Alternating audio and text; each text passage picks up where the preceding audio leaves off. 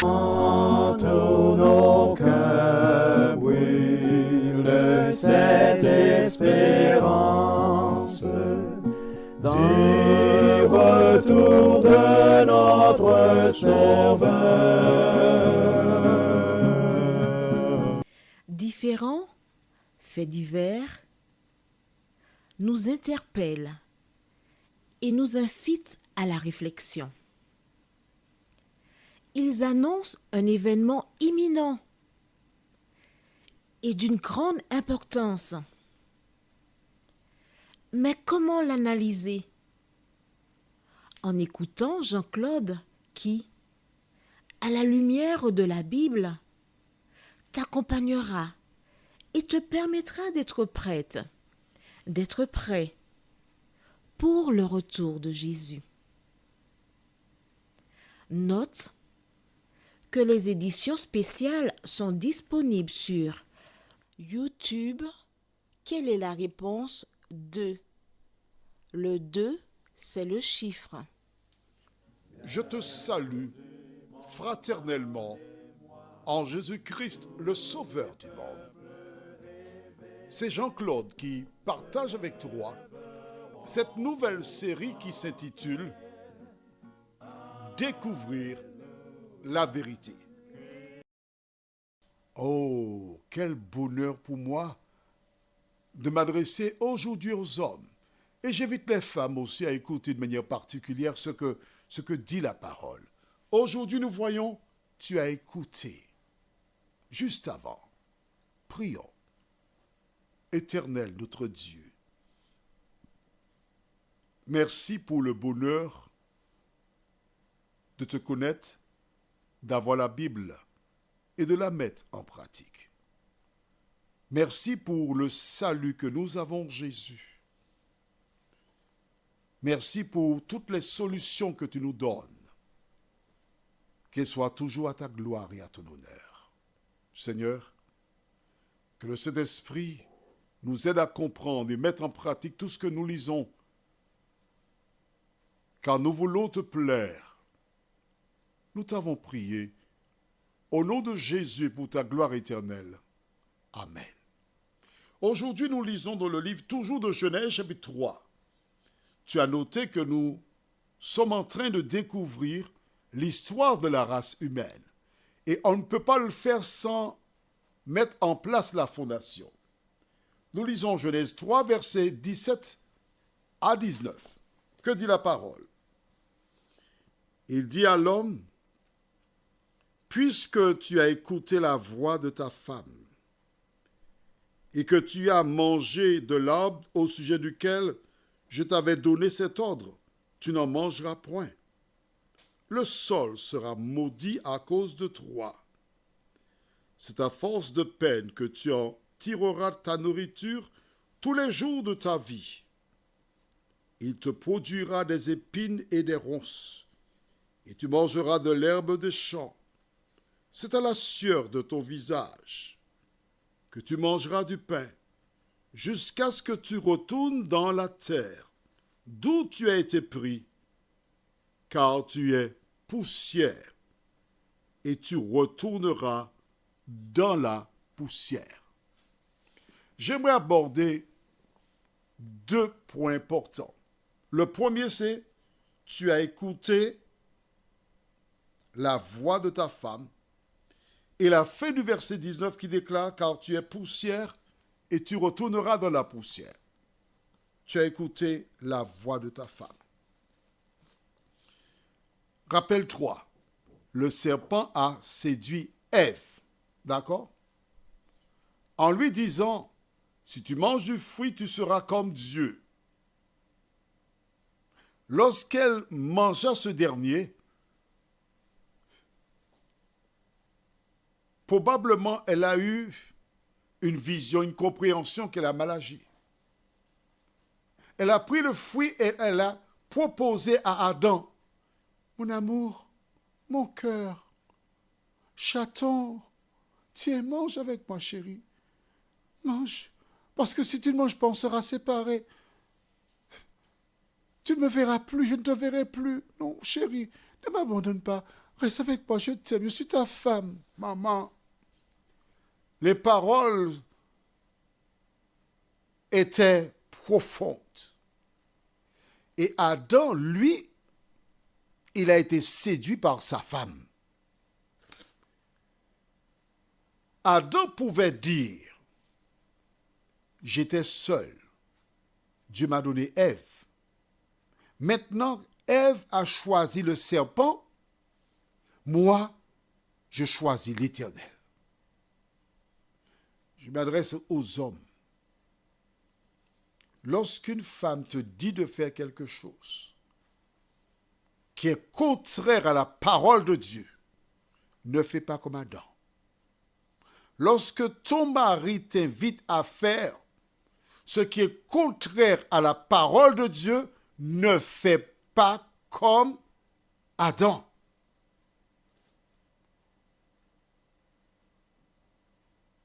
L'histoire de la chute d'Ève et Adam, elle est là pour toi et moi.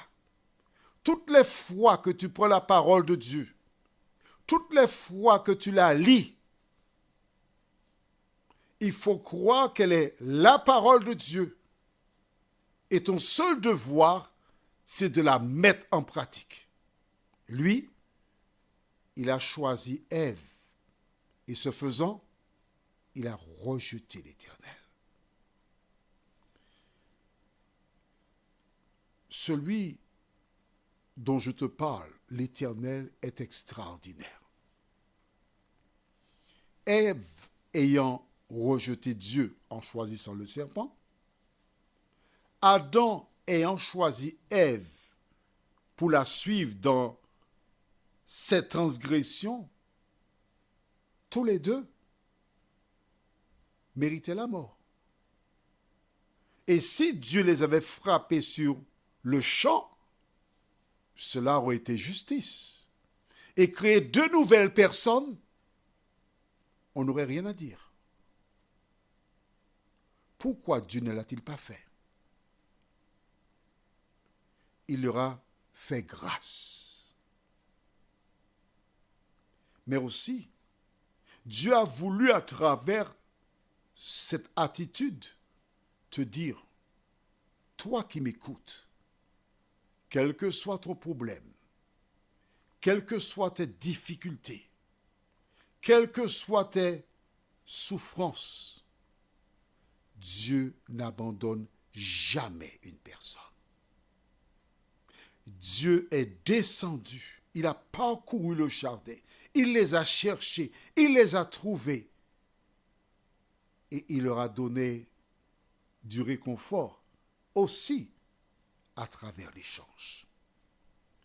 Quel que soit ce que tu traverses, tourne tes yeux vers l'Éternel des armées. Quel que soit ton problème, viens à Jésus. L'ennemi te dit non, tu as été trop loin. Ce n'est pas vrai, il te ment. Il te ment. Il te ment. Parce que la Bible te dit, là où le péché abonde, la grâce de Dieu surabonde. Tout ce que tu as à faire, c'est de dire, Seigneur, je reconnais que je me suis planté. Je me reconnais que j'ai péché. Pardonne-moi. Et l'Éternel te pardonne. C'est ça l'Évangile. La deuxième partie de ce que nous avons lu, Genèse 3, 19 déclare, « Car tu es poussière et tu retourneras dans la poussière. » Rappelle-toi, Dieu a pris la poussière, il en a fait une grosse poupée, il a soufflé dans ses narines le souffle de vie, le souffle de vie, le souffle qui donne vie. Et à ce moment, l'homme devint une âme vivante. Rappelle-toi, nous avons déjà vu cela.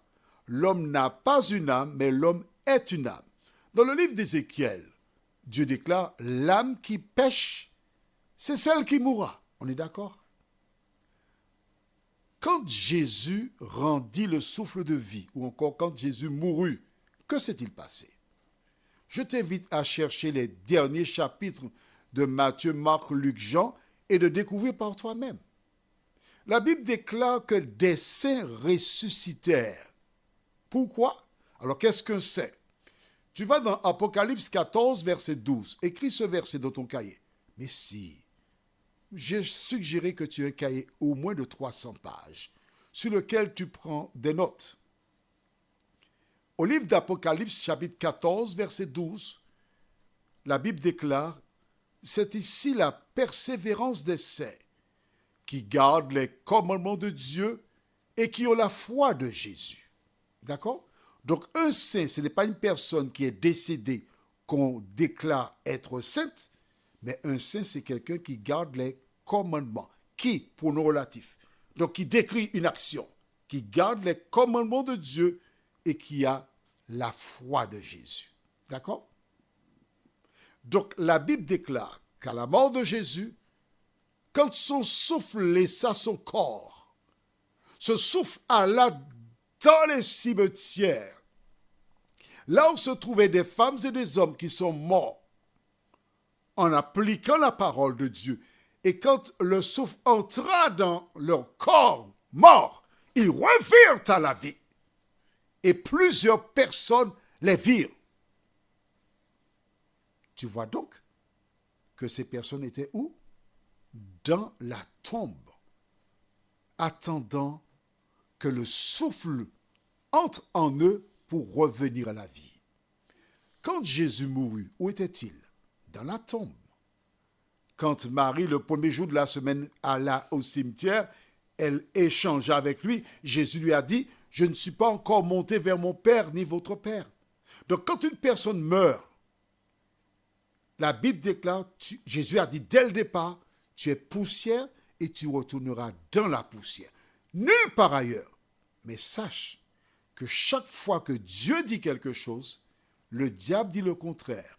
Voilà pourquoi plusieurs personnes pensent qu'on monte au ciel au moment de la mort. Mais cela est contraire à la parole de Dieu. Prions. Seigneur, merci pour la parole. Nos parents ont reçu une éducation. Nos parents ont reçu un enseignement. Mais nous ne voulons plus suivre l'enseignement reçu par le passé. Mais nous voulons appuyer notre foi sur la parole, la Bible, que tu as placée à nos dispositions. Merci de nous aider à accepter l'œuvre du Saint-Esprit en nous, afin que nous puissions non pas suivre les autres, mais suivre la parole. Merci Seigneur pour ton amour. Merci pour ta présence. Merci pour le salut. Au nom de Jésus et pour ta gloire éternelle. Amen. Que l'Éternel continue de te faire du bien. Et à bientôt.